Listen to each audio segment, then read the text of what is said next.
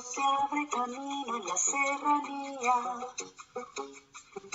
Los pájaros buscan ramas donde anidar.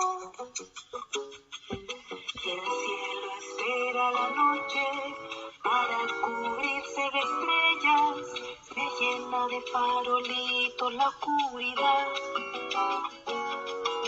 Las horas pierden su forma y se vuelven días. Los días ya son 100 años de soledad. Y en medio de este silencio se agitan los corazones. Resuena el grito de un pueblo que no da más. Como una tormenta, como un huracán, como los volcanes, como el vendaval.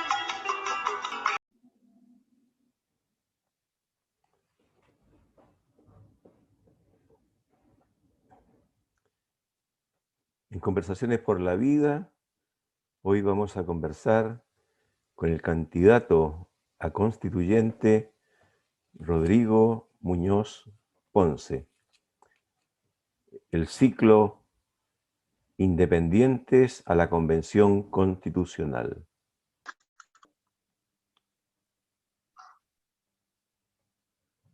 Buenos días, Rodrigo.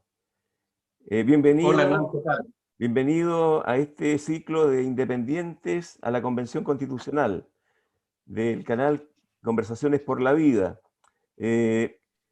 Quiero presentarte inicialmente, ¿verdad? Antes de empezar a conversar. Sé que eres abogado de la Universidad Central, que hiciste un magíster en Derecho de Aguas en la Universidad de Atacama y que tu preocupación ha sido los conflictos de agua en el norte. De eso te voy a preguntar algunas cosas.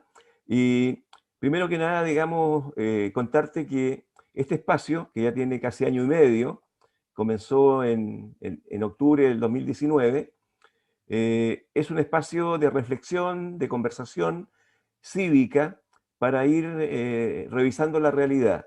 En este momento nuestro propósito es tratar de apoyar las candidaturas de independientes que no caen, digamos, en los beneficios de la franja ni de Cervel, ¿verdad? Y lógicamente a través de las redes sociales tenemos el deber y compromiso de apoyar para que digamos, la publicidad voz a voz reemplace los flyers oficiales o las gigantografías antiguas, porque ustedes como independientes están bregando como David contra Goliat. Así que en ese sentido nos ponemos del lado de David y tratamos de empujar el carro para que tengan, ojalá, éxito y nos representen en la Convención Constitucional con todos los sentires y expectativas que tiene la gente de este proceso. Bienvenido y por favor, preséntate tú y cuéntanos por qué decidiste ser candidato a constituyente. Bueno, mi nombre es Rodrigo Muñoz Ponce, yo soy abogado litigante, abogado de juicios. He estado más de 25 años soy abogado de calle, como le llaman algunos, que es de proceso. Se fue el internet.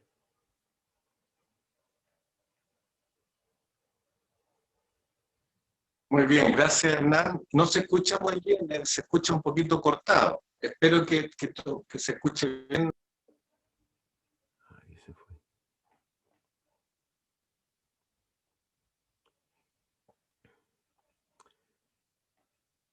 Adelante, Rodrigo.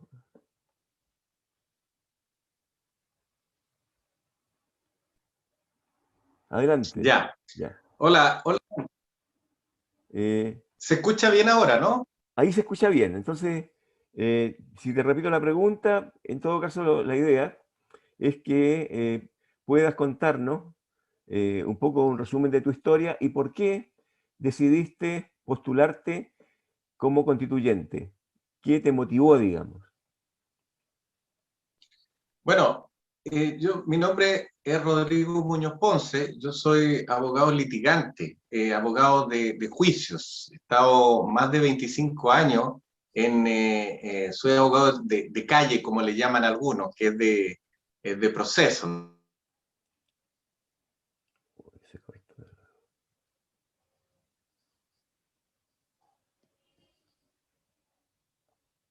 Tenemos dificultades técnicas.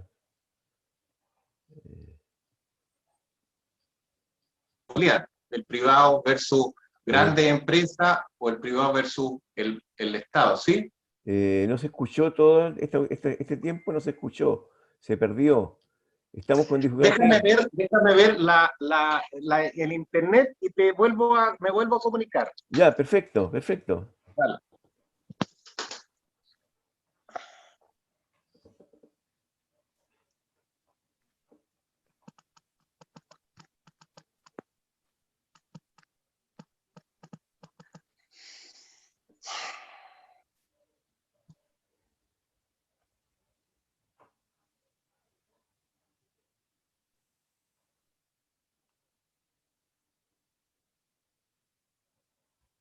Ahí sí.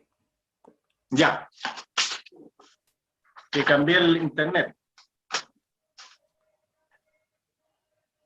Ajusta un poquito la cámara tal vez para que se te vea un poquito más completo. Ahí estamos, ahí está bien. Bien. ¿Quién es Rodrigo Muñoz Ponce? Por favor. Un abogado litigante, un abogado de calle. Ahí quedamos. Exactamente. Exactamente. Espérate.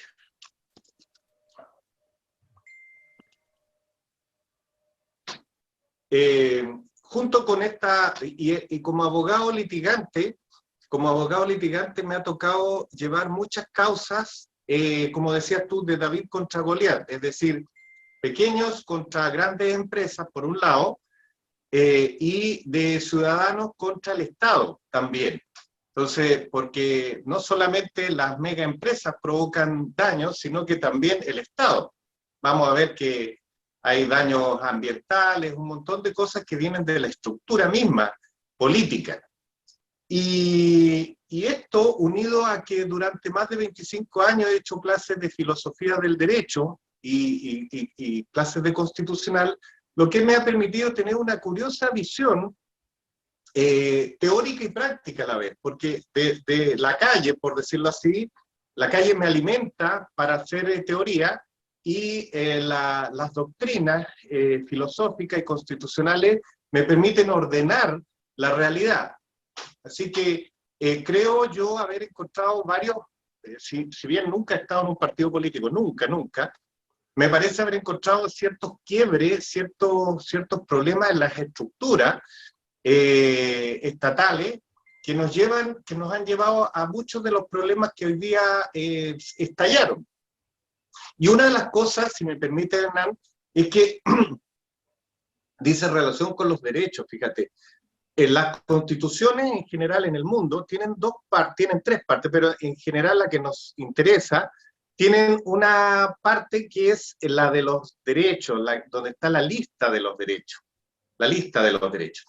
Y hay otra parte que es la orgánica, que se llama, que es donde está la estructura y la división del poder. Y no sacamos nada con llenar de derechos la parte declarativa, exacto, si es que no modificamos también esta otra parte, la parte orgánica. Y en Latinoamérica, por ejemplo, casi todas las constituciones tienen un listado re largo de derechos, pero no se cumplen.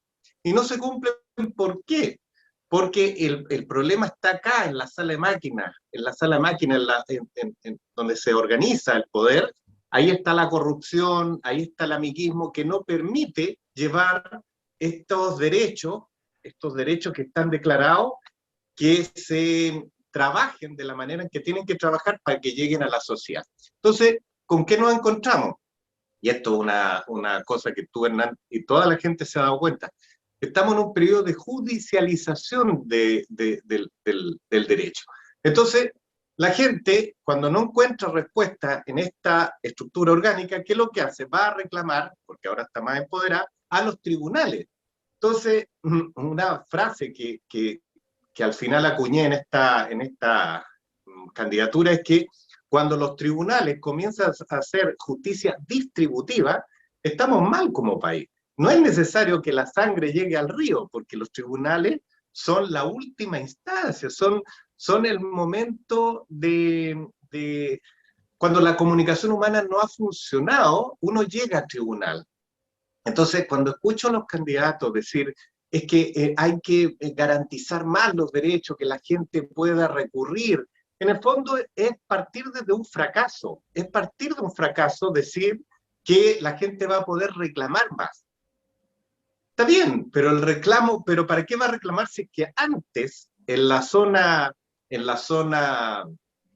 orgánica, en la estructural, es ahí donde debiera primero cumplirse los derechos? Es ahí donde no se está haciendo la pega. Bueno, ahí yo concuerdo contigo porque lo sustantivo en la Constitución debe ser la definición de un Estado distinto. De partida, un Estado que no es subsidiario, que sea responsable. Segundo, digamos, un Estado que sea desconcentrado en el poder. No podemos tener un hiperpresidencialismo, ¿verdad?, que funciona además en Santiago y tenemos una concentración del poder en un barrio, ¿ya? Y la concentración del poder real en tres comunas de Santiago, ¿ya? Las comunas del rechazo. O sea, tenemos que hacer una bajada de los principios, de los derechos consagrados, al aterrizaje de cómo se implementan. O sea, si estamos hablando de mejorar, digamos, la descentralización, hay que empoderar a las regiones, ¿verdad? Hay que darle poder a los gobernadores, que en este momento son, que ya tú como abogado sabes que la política está permeada por el cuoteo, la presión de los partidos políticos. Adelante. Sí, te iba a decir que yo fui presidente del Colegio de Abogados de Arica y Parinacota, y por lo tanto tuve que renunciar ahora por esta candidatura precisamente, y me ha tocado ser abogado integrante en la Corte. Entonces, sé perfectamente cómo funciona desde dentro. Hay jueces, hay ministros que resuelven en base a derecho, hay ministros que resuelven en base a justicia, y hay ministros que resuelven en base a la ley. Y ninguno de estos tres conceptos son sinónimos. La ley, el derecho y la justicia son diferentes. Por eso es que uno ve, de acuerdo a los criterios, tal como tú señalas, de las salas que toque, del juez que toque, decisiones tan diversas. Por eso que además es ineficiente, es errado dejar que en la mano de los jueces se resuelvan los problemas de justicia distributiva, porque los jueces están para resolver, la judicatura está para resolver el caso particular, conforme al mérito del proceso. Entonces, en este país, que la Corte de Apelaciones de Antofagasta haya resuelto si una persona, una señora, tiene derecho o no a retirar su 10%, estamos terriblemente mal como país, porque el sistema entero político nos llevó a que sean los jueces, mal o bien, que estén resolviendo temas sociales, y no es esa la pega, como bien dices tú. Y que bueno, tú no tenía idea que había hecho tanta clase, tantos años, clases de, que es precisamente lo que se necesita acá, conocer la estructura, porque hay que hablar de derecho, de constitución, hay que hablar de técnica constitucional, porque mucha gente yo escucho que habla de qué hay que hacer. Todos hablan de que, todos los candidatos, toda la gente dice qué hay que hacer, hay que, pero nadie dice cómo.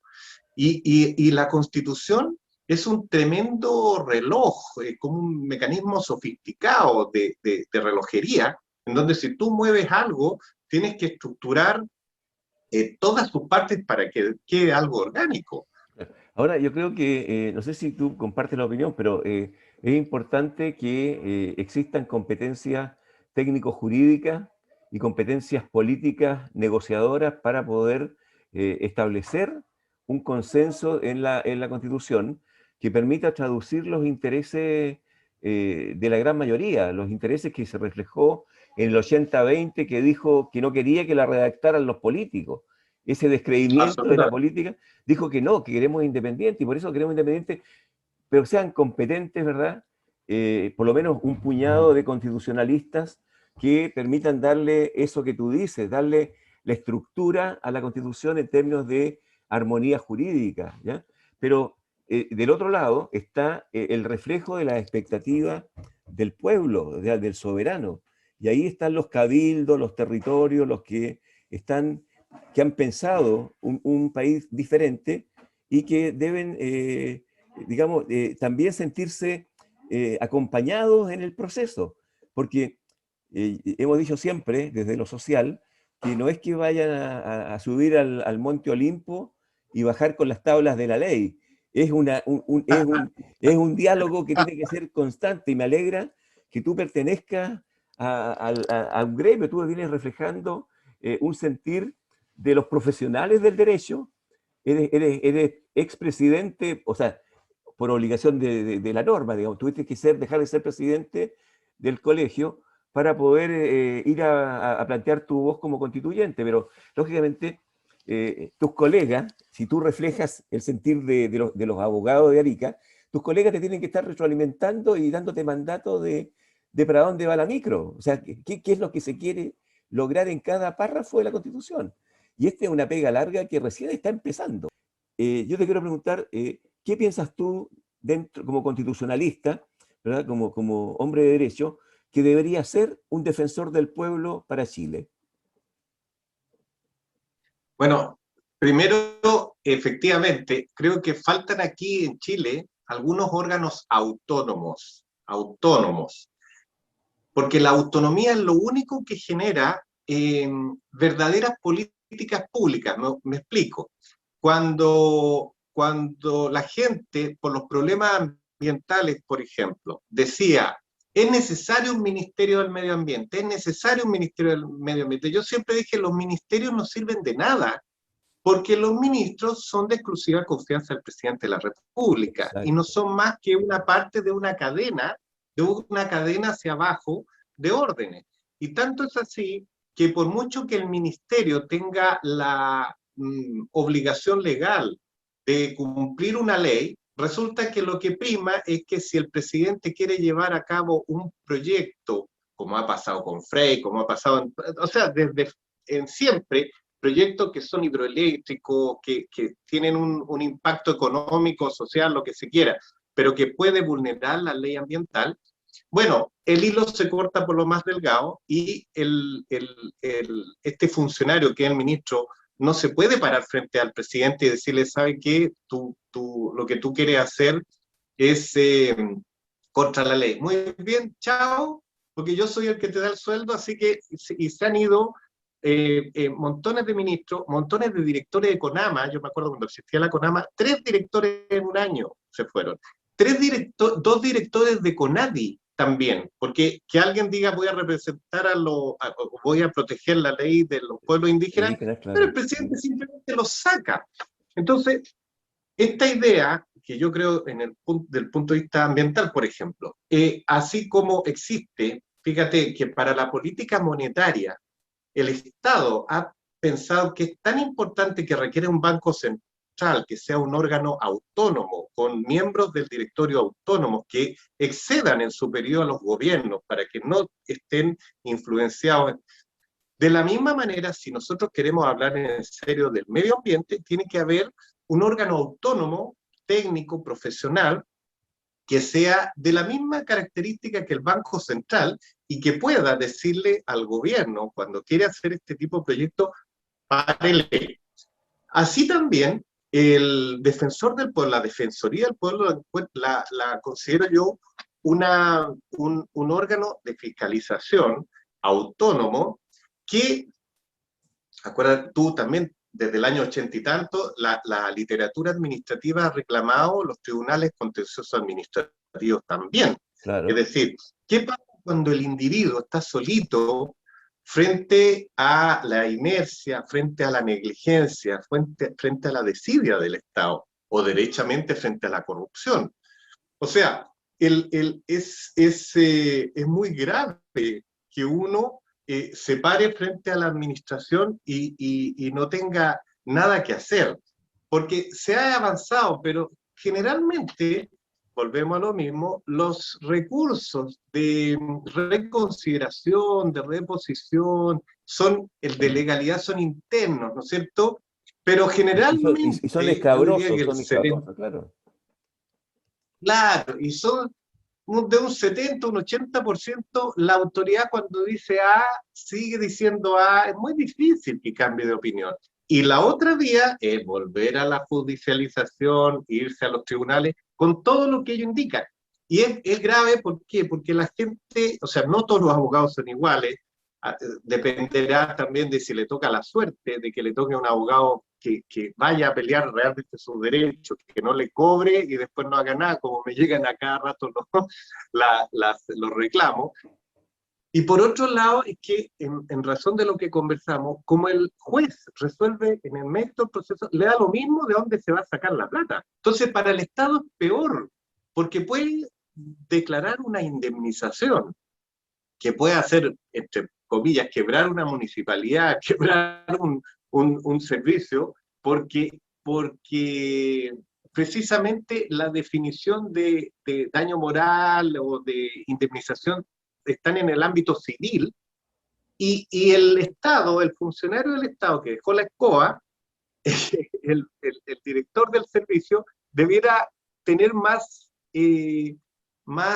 preocupación por el patrimonio de su propio servicio y ser Claro, más empático. que ahí también, acuérdate que son 6 meses después del ejercicio de un cargo, a los 6 meses quedaste libre. O sea, si un alcalde metió la mano en la lata hasta el hombro, ¿verdad? A los 6 meses no le alcanza a establecer una querella, una denuncia, y el tipo sale colado. O sea, ¿y cuántos hay que en todo Chile son reincidentes? O sea, digamos, saben, tienen un prontuario en vez de currículum, pero siguen postulándose, porque sus 6 meses ya pasaron y ya quedó libre de polvo y paja. O sea, eso también. Tal como dices tú, es un prontuario, efectivamente. Y yo creo que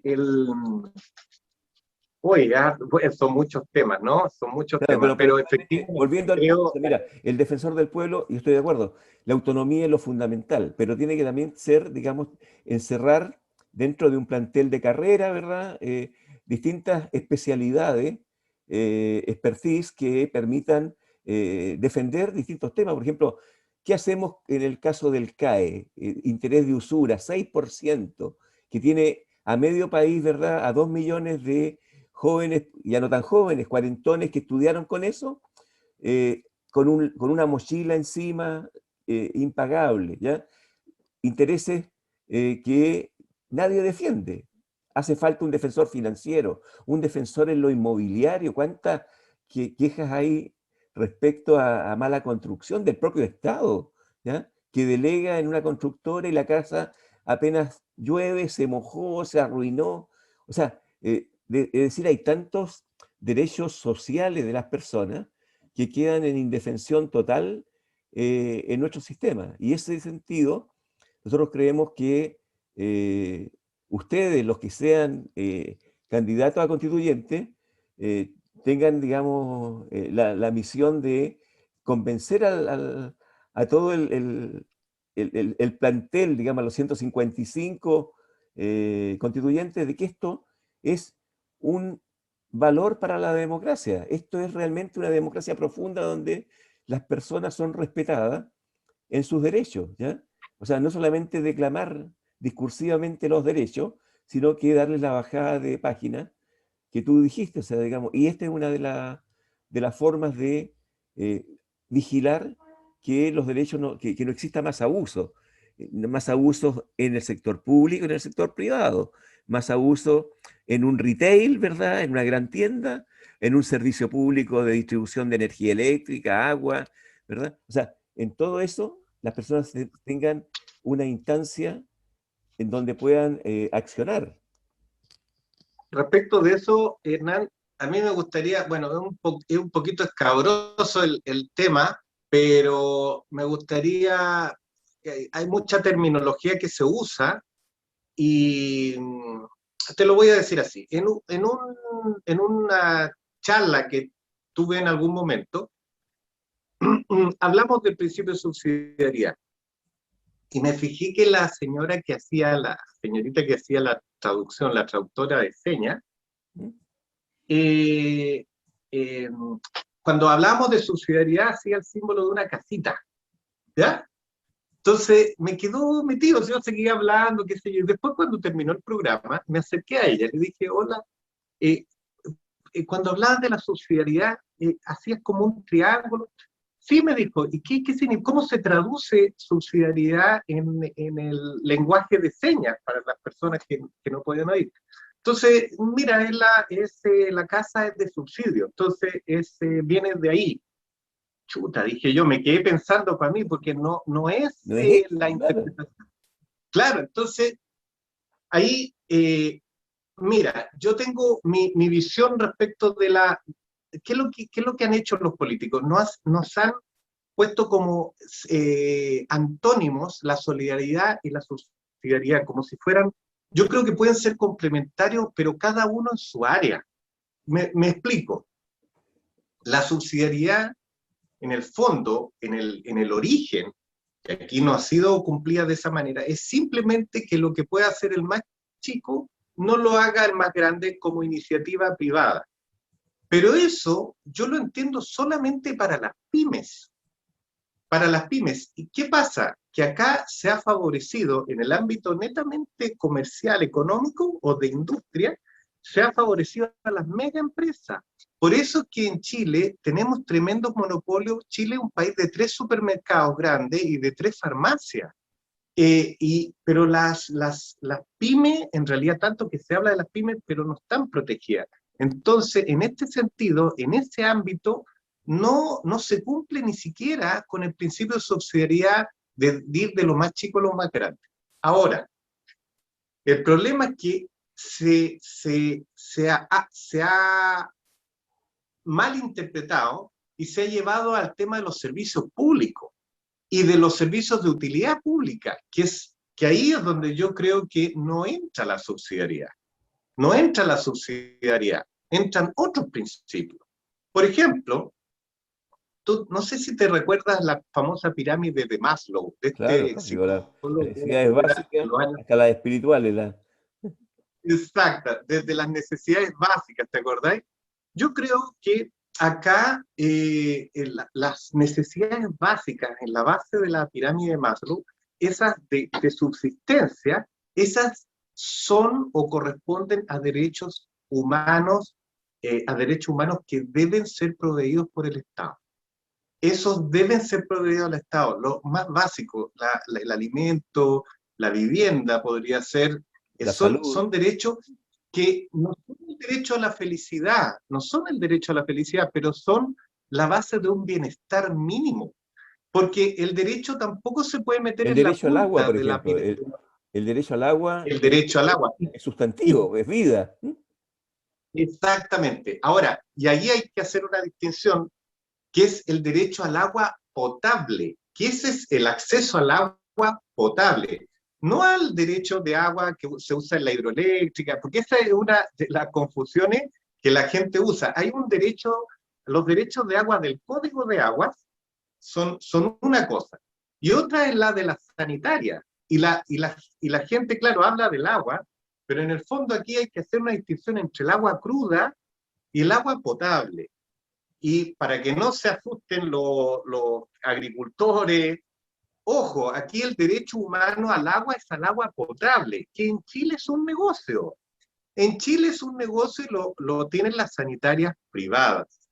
Entonces, yo ahí haría una distinción. En el agua no puede haber subsidiariedad.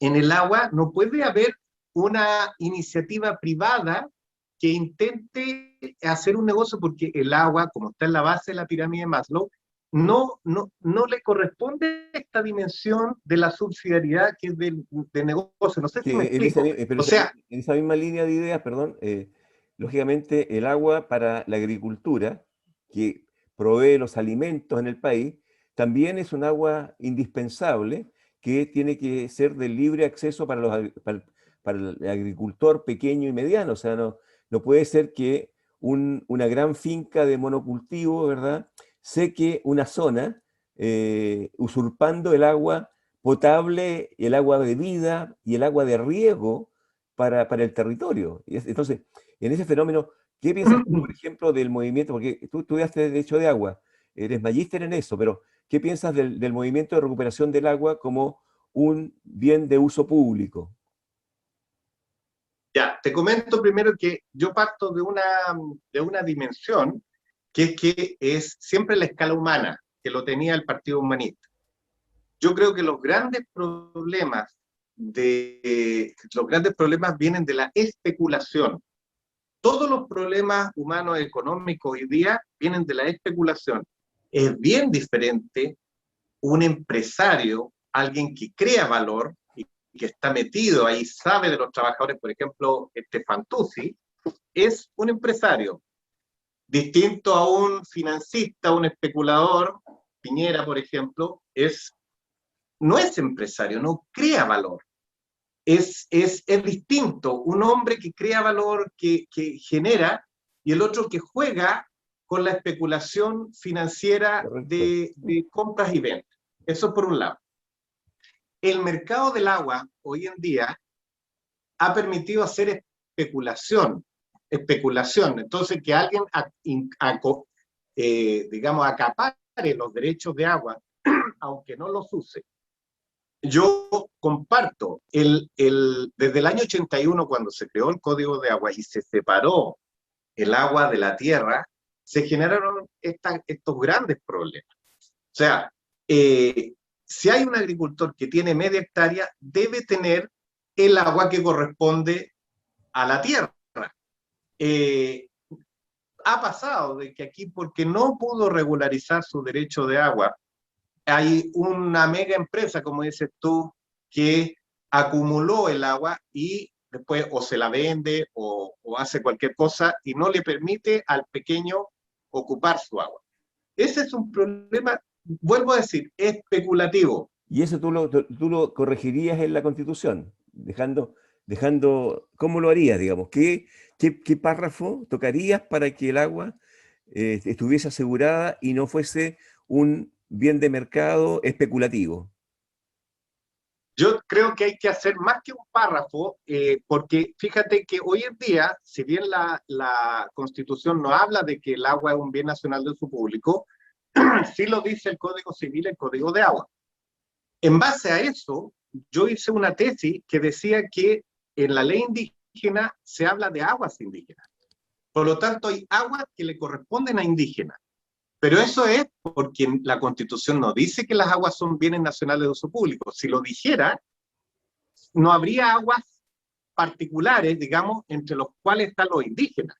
Es complejo. Yo creo que si tú le entregas a la nación toda el agua, generas pérdidas. Pero eso es una fantasía, a lo mejor está escrita, pero en la práctica la Araucanía ha sufrido la usurpación de territorios y en los territorios que le dejaron a los indígenas se lo dejaron sin agua.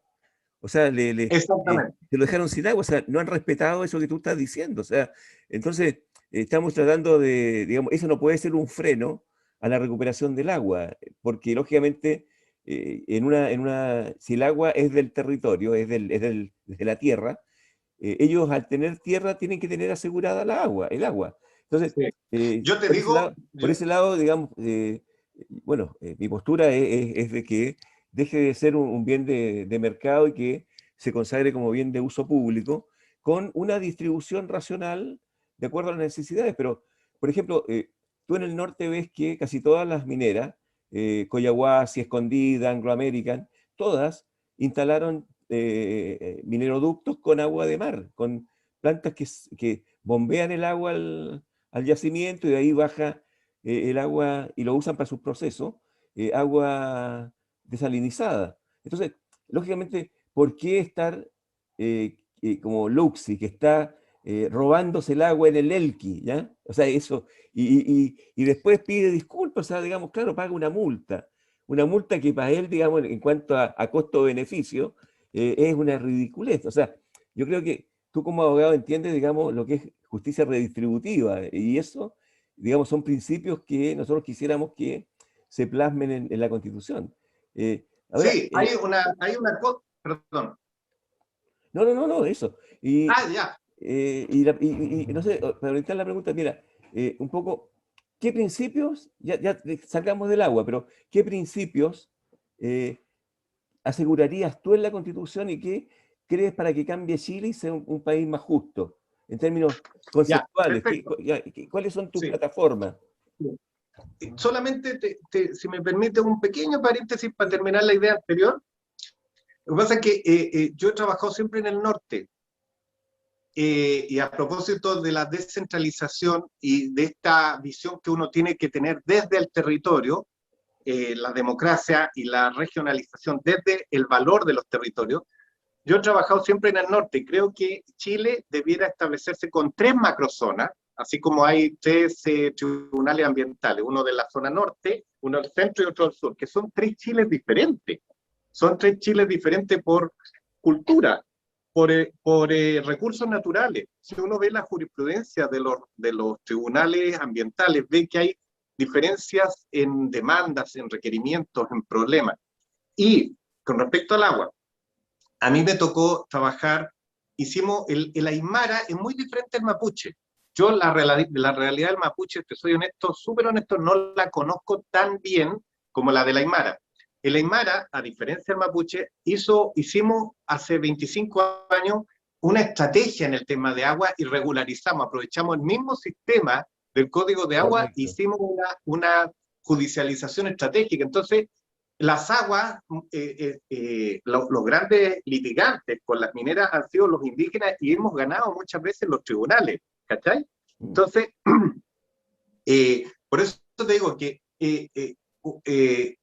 puede ser una declaración bien nacional en la Constitución, pero me parece a mí que la regulación de los derechos es en el sentido de que no sean perpetuos, que sean temporales, que vengan de una función social y ambiental, más bien desde el punto de vista técnico me parece más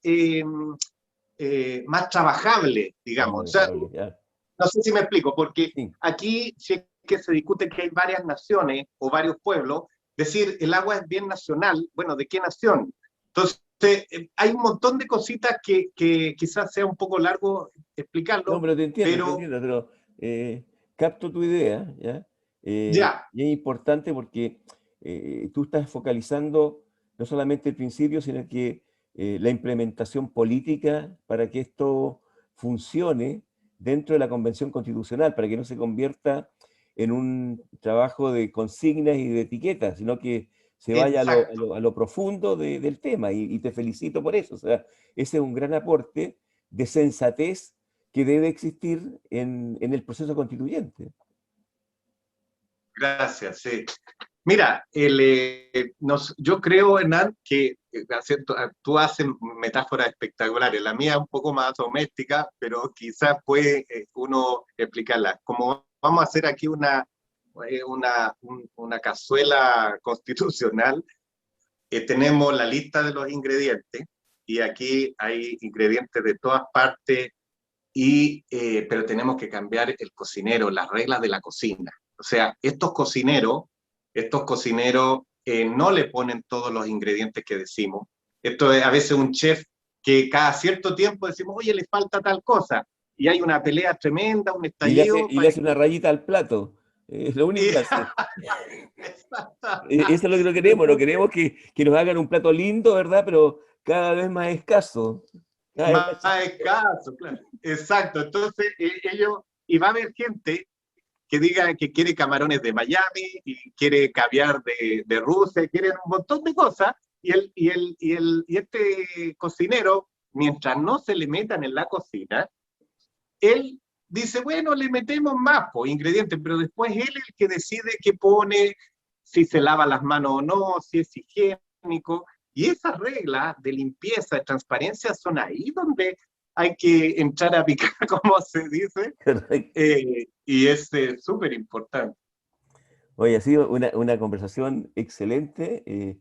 A ver, Rodrigo, si pudiéramos de nuevo hacer otra después, en Encantadísimo. la marcha, porque es bueno, digamos, esta complementación de visiones, ¿ya? Sí, Y yo veo en ti, digamos, un gestor jurídico, ¿ya? Más que un principista, ¿ya? O sea, y eso es bueno porque es articulador, pues, es articulador de procesos. Yo vi que ahí conjugamos en otro tema, digamos, el tema de negociaciones, ¿ya? Yo fui profesor de negociaciones internacionales y veo que tú también ah, estudiaste Harvard, ¿ya? ¿Ya? El win-win. Bueno, ese es un poco el sí, tema, pues, ¿no? Así que yo lo que tengo que hacer ahora es propaganda, ¿verdad? Para que te conozcan y me tienes que decir nombre completo, lista, distrito, sé que distrito uno, ahí no hay donde equivocarse con ustedes, pero ahí, pero ahí digamos los números y para así yo colocar en el video, hacer pasar tu nombre y toda la ubicación, porque como se va a votar en una tremenda sábana, hay que ubicar a los electores. No sé si va a llevar foto el voto, ¿no? Debería llevar foto como en otros países, cuando son pero elecciones así. va a ser un volantín No, tremendo. un jote de eso, Claro, esos grandotes. claro. Así que, y no sé, para el doble, hay que tener un asesor para doblar el voto, porque imagínate. Sí, le van a pasar un alicate a cada uno. Ah, No, mira, yo después te puedo mandar algún videíto o algo si quieres, ¿eso? ¿O no, quieres no, que no. ahora me presente? No, ahora digamos, lista, número, para yo Ah, anotarlo, ya, y lo colocamos. Ahí, esto es como si estuviéramos en directo, ¿ya? ya, vale, vale. ¿Ya? Entonces, dime tú, Te pues, o sea, digo, ya. bueno, mi nombre es Rodrigo Muñoz Ponce, soy abogado litigante, y profesor de filosofía del derecho, y voy como candidato convencional constituyente por el Distrito 1 de nuestra querida región de Arica y Parinacota. Tu Sin número lista, y el número, voy con el número 37, somos 38, imagínate, yo soy el 37, ya. pero voy sin partido político, sin lista, sin ningún convenio con nadie, 100%, independiente de verdad, 100% independiente, ya. 100% independiente. Ya. Listo, Rodrigo. Entonces, Vale, gracias por haber estado en Conversaciones por la Vida. Y esto es mágico porque uno va conociendo personas, ¿ya? Y viendo una visión de país. Porque ayer sí. conversé con un constituyente, un candidato joven que va por la región de los lagos. Y Oh, lo que tú dices es muy sabio. Aquí en vez de tener este juego de regiones chicas, debería tener 3 macrozonas y tener los esa. gobernadores articulando y Un gestionando, triunvirato, claro, claro, así, y que genere una articulación, como dices claro, tú, y que los por gobernadores tengan zona. poder, pues los gobernadores tengan facultades y se borren los intendentes. Pues, si este es un país desconcentrado es eso, ¿ya? Que el poder Exactamente. baje, que los presupuestos se manejen y que, fíjate, hay un principio que dice ahí en la Constitución que las regiones tienen capacidad para realizar su política internacional, sus relaciones internacionales, ¿ya?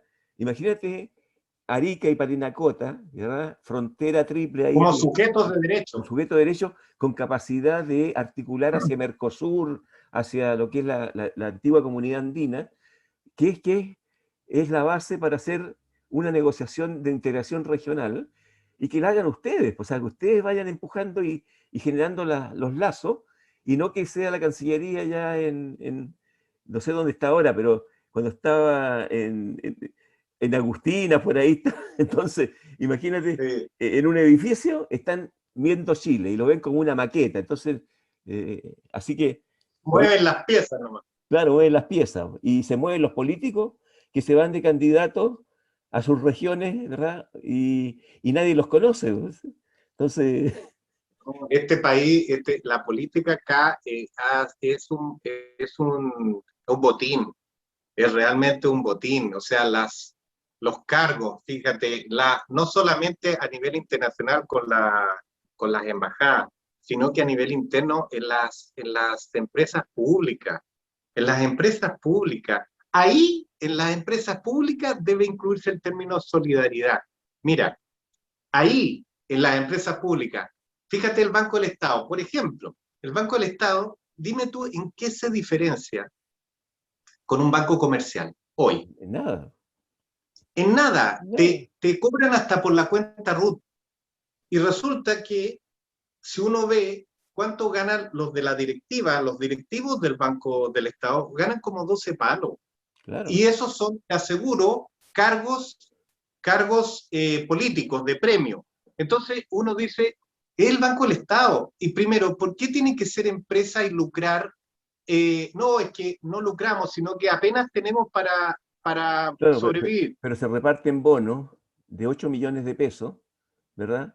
Cuando está el país en crisis total, ellos se reparten igual que en Codelco. Entonces, cuando se hace gueto de las empresas públicas, es donde se necesita, digamos, la transparencia y desarmar esas máquinas de poder, contrapesándolo con un poder ciudadano que transparente constantemente esto. Y ahí está Y ahí, el defensor del solidaridad. pueblo. Claro, y ahí solidaridad. O Claro. sea, estamos hablando solidaridad que la sociedad civil. Una función pública de corregir las tasas de interés, ¿ya? O sea, no puede ser que el Banco del Estado te cobre más que un banco privado, po, ¿ya? Luxi con su banco cobra menos interés que el Banco del Estado, ¿ya? O sea... Claro, exacto. El Banco del Estado, mira, yo ayer hablaba, mira cómo son las paradojas. Yo tengo que pedirle un crédito para la campaña y fui a preguntarle, me dice, no, usted no es hábil, no habilita para crédito. Entonces tengo que mostrar si que tengo algún ingreso de renta o algo así. ¿Alguna propiedad? Entonces, o la propiedad y todo. Entonces, me dice, nosotros estamos, yo le tuve esta conversación con la misma funcionaria del banco. Y la niña me dice, no, pero es que estamos en todo el país y llegamos donde los otros bancos no llegan. Sí, pero cobran. O sea, hay una función social que debiera tener el banco de no cobrar en un montón de servicios. Porque Claro, eso... lo que fue la caja de ahorros antes, pues, así nació la caja de ahorros. Que ahora ni siquiera se incentiva el ahorro, ¿ya? Se incentiva el puro consumo y el endeudamiento, o sea, sobreendeudar a la gente. Bueno, amigo, estamos entonces terminando la conversación. Ha sido sensacional conocerte y te deseo una gran votación y que se conozca a Rodrigo Muñoz Ponce, ¿verdad? En todos los rincones de Arica y Parinacota. Un abrazo, ¿verdad? Gracias. Y te llamaremos para otra conversa. Encantadísimo. Porque hay Ojalá, hartos digamos, temas. para contar, para que nos cuentes cómo va la mano de la campaña, ¿ya? Vale, Hasta muchas siempre. gracias. Hasta luego. Vale. Gracias. Chao.